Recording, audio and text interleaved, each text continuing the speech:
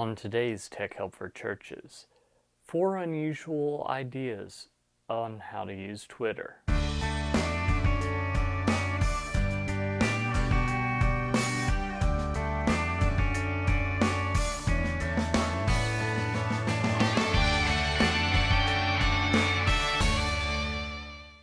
Hi, and welcome again to another episode of Tech Help for Churches. This is the show where every week we talk about using new media, social media, the internet in general for your church. My name is Paul Allen Clifford, and I'm your host, and I'd love for you to join the conversation. So if you're watching the video, just leave a comment below.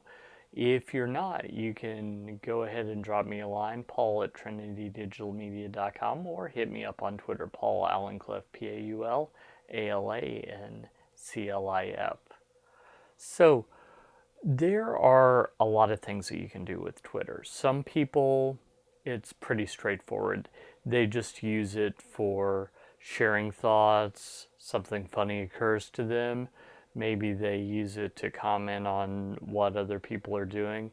Maybe they share political ramblings. I don't know. Different people do different things. But there are some other things that you can do, and this is just not an exhaustive list by any stretch, but just 4 ideas that I had that might be some fun and unusual things that just might get people talking, and in a good way. So the first thing is live tweeting. So for most of Christian history, the worship experience has been centered around the sermon.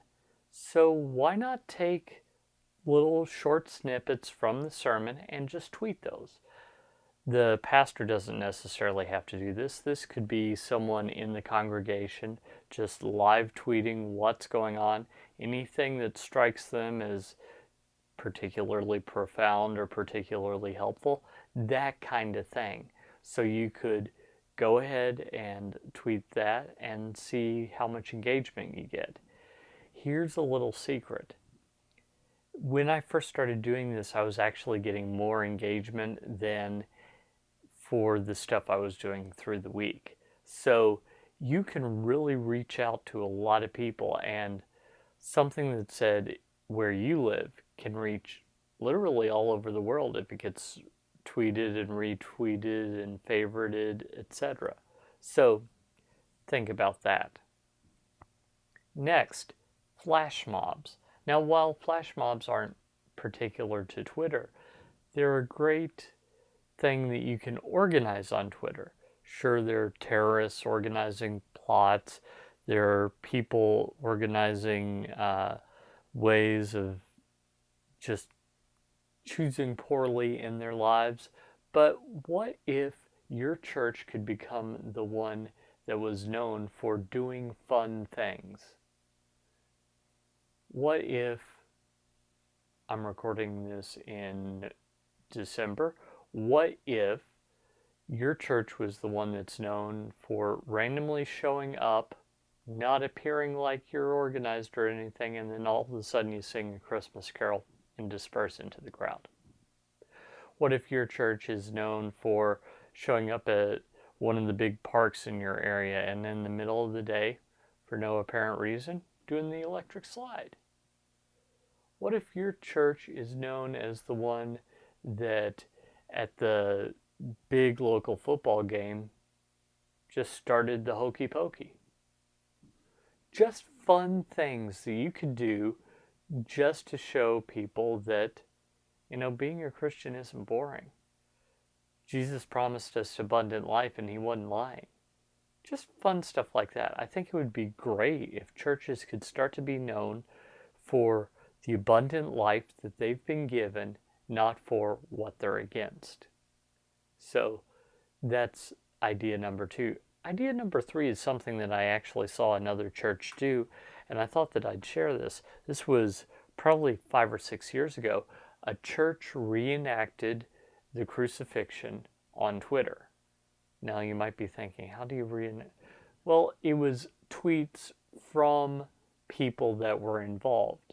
So what this is actually in the tradition of is things like Godspell, said in the late 60s, early 70s, or Another example is the Cotton Patch version of the New Testament, set in Georgia in the 50s. Those are both examples of what we call word for word translations. Well, the true stories in the Bible don't seem as real because the culture is so removed from us. So what I found interesting is in watching the crucifixion being live tweeted, of course, not the real thing, just reenactment, you got a sense of the timeline that you maybe didn't have before. Because when you read it in the Bible, it's like 3 pages, right? It just seems pretty quick. I mean, it says, and Jesus was on the cross for so many hours and all night long, and things like that. But it's more interesting to see it from the eyes of the people that were involved in the historic event. So reenactments is another good idea of what you can do with Twitter. Another thing is what we call Twakeovers. Now this is kind of an old Twitter word. It's not used much anymore. But the idea is that someone who doesn't normally tweet from the account takes it over, takes it over, and tweets from it. Twakeover. So there was a great one where Stephen Colbert took over, I think it was a Major League Baseball account several years ago, and it was just really hilarious. Halfway through he's wondering why you buy peanuts and Cracker Jacks when Cracker Jacks have peanuts in them. Well, why not just buy Cracker Jacks and then you get both? Just silly things like that. Well, in the church, you could have age group ministers taking over the church's account to tweet what's going on in the age group ministry for that particular week. So think particularly about situations like summer camps or mission trips or just outings or service projects, any of those kinds of things.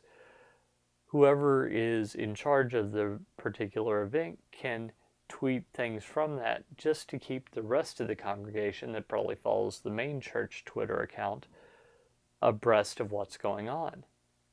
So that's some ideas that I had. But I bet you have some good ideas. Why not leave them in the notes below? If you're watching on trinitydigitalmedia.com, do that. If not, you can leave it either on YouTube or just hit me up on Twitter, as I said earlier, Paul Allen Cliff, PaulAlanclif. If you like this kind of stuff, what I'm sharing, the information that I'm helping you out with, don't hesitate to head on over to trinitydigitalmedia.com/gifts, GIFTS.